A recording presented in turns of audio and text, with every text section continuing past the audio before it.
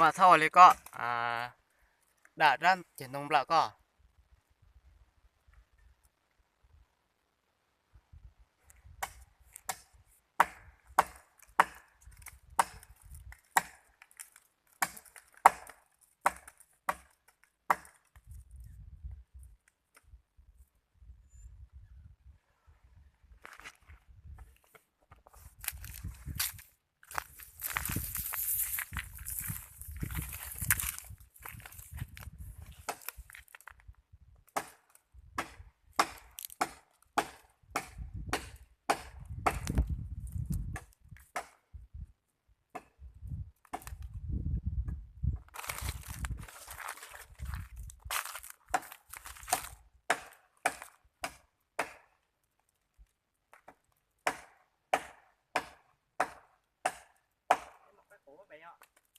wow.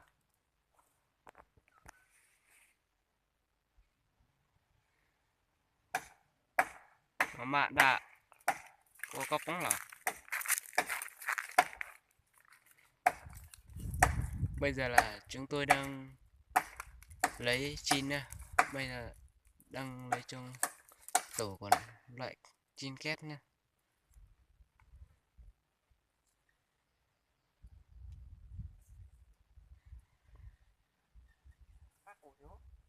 Opa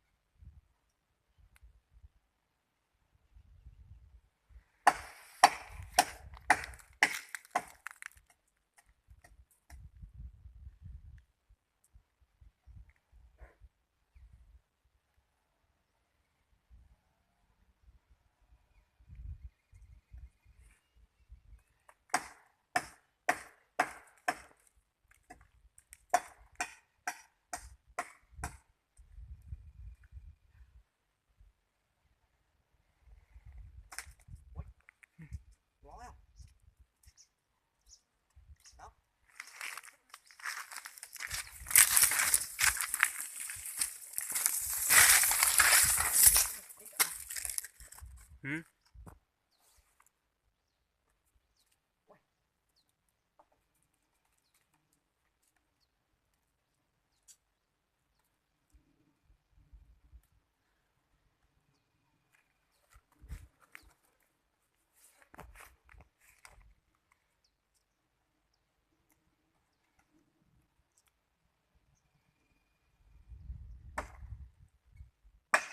Mà bạn tí to à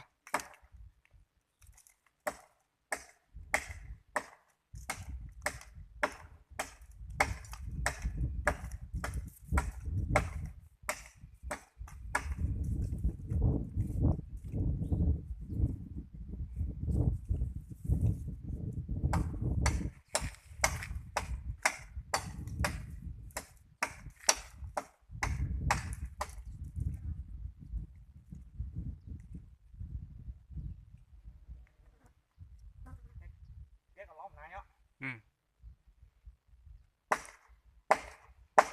Ra đây tí to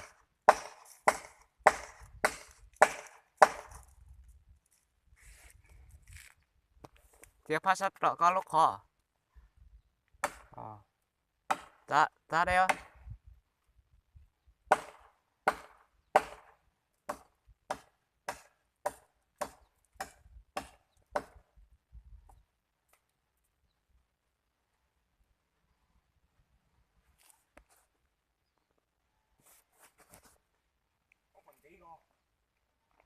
cái ẩm tí á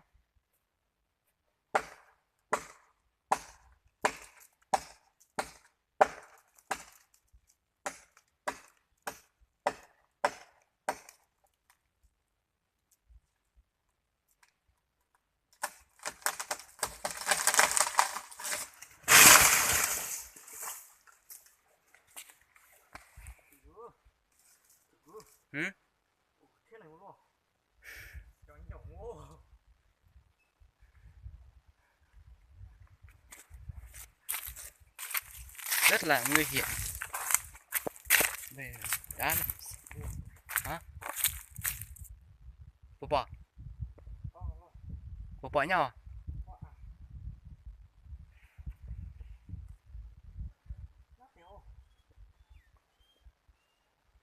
Bây giờ chúng tôi đã thấy nha.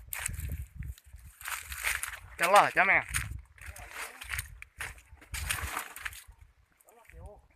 Cháu lỏ à? Hả? Ồ, dạ lọ. Đằng kia có cho là khi để cho đó.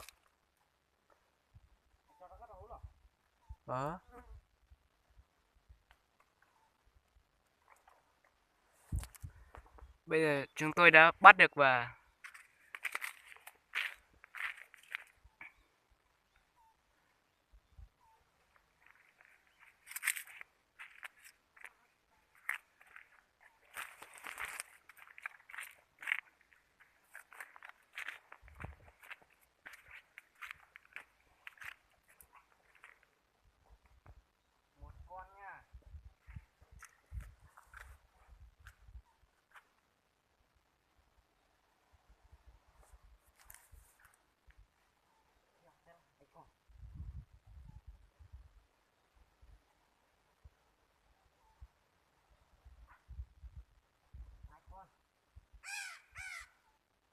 thế là được 2 con.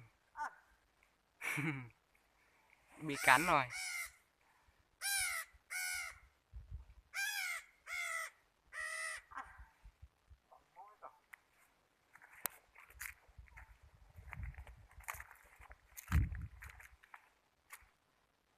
Chết ra.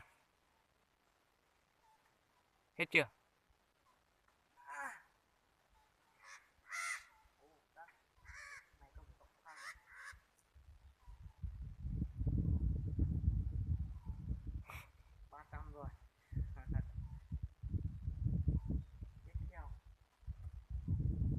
Thế là được 3 con rồi nhá.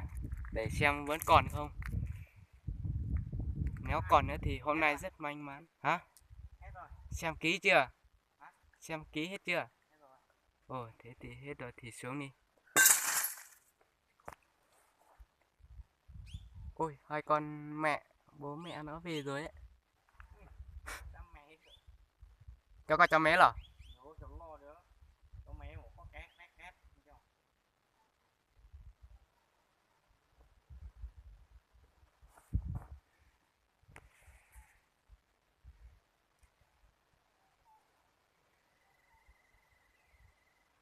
Thế khi dây chanh vào.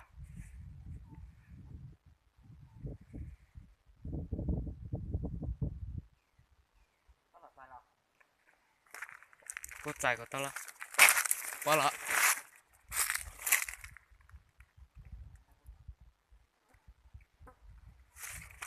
Bắt đầu xuống nha. Thế là hôm nay anh em mình rất may mắn.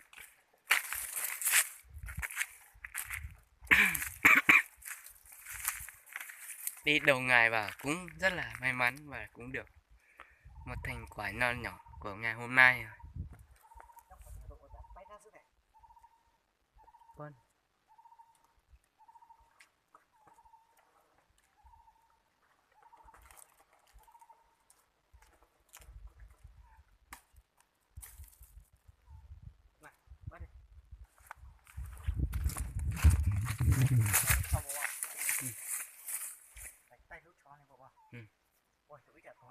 Chỉ to đó này. Cho rồi.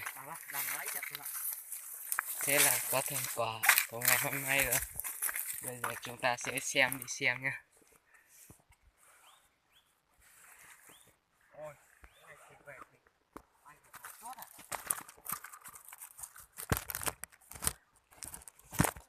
Mẹ ra mình cho mọi người xem nhé.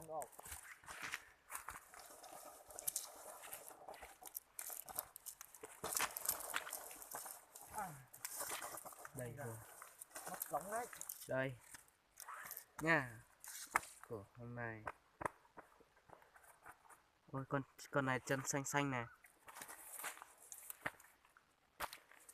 Ôi, con này. Mãi 7 sẽ nó lên đây. Thế là được 3 con, một tổ. tổ đầu tiên nha anh em. Ôi, vậy là tiếp tục đi chơi nào.